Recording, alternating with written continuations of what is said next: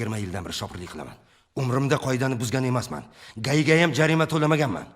O'sha pulni gayiga bergandan ko'ra, bolamga ishlatganim ma'qul deb bilganman. Umrimda birovga ziyonim tegmagan. Qo'pol gapirishim mumkin, lekin ko'nglini ortmaganman. Nega shuncha yil yashab hech kimga tegmasam ham meni arzandamga tegishadi? Nega? Endi bandalik aka. Bandalik? O'sha marazning nima haqqi bor? Meni farzandimni nobud qilishga. Senchi nega aql o'rgatasan? Nima? Men seni hovlingga kirib bedayni o'rib chiqdimmi? Men qoidani buzibmanmi? Qoidani o'rgatasan. Ha? Nega indamaysan?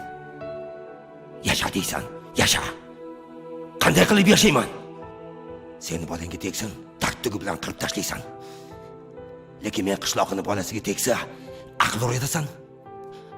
Boyning bolasi o'lsa aza, kambag'allikka o'lsa bandalikmi? U meni bolam.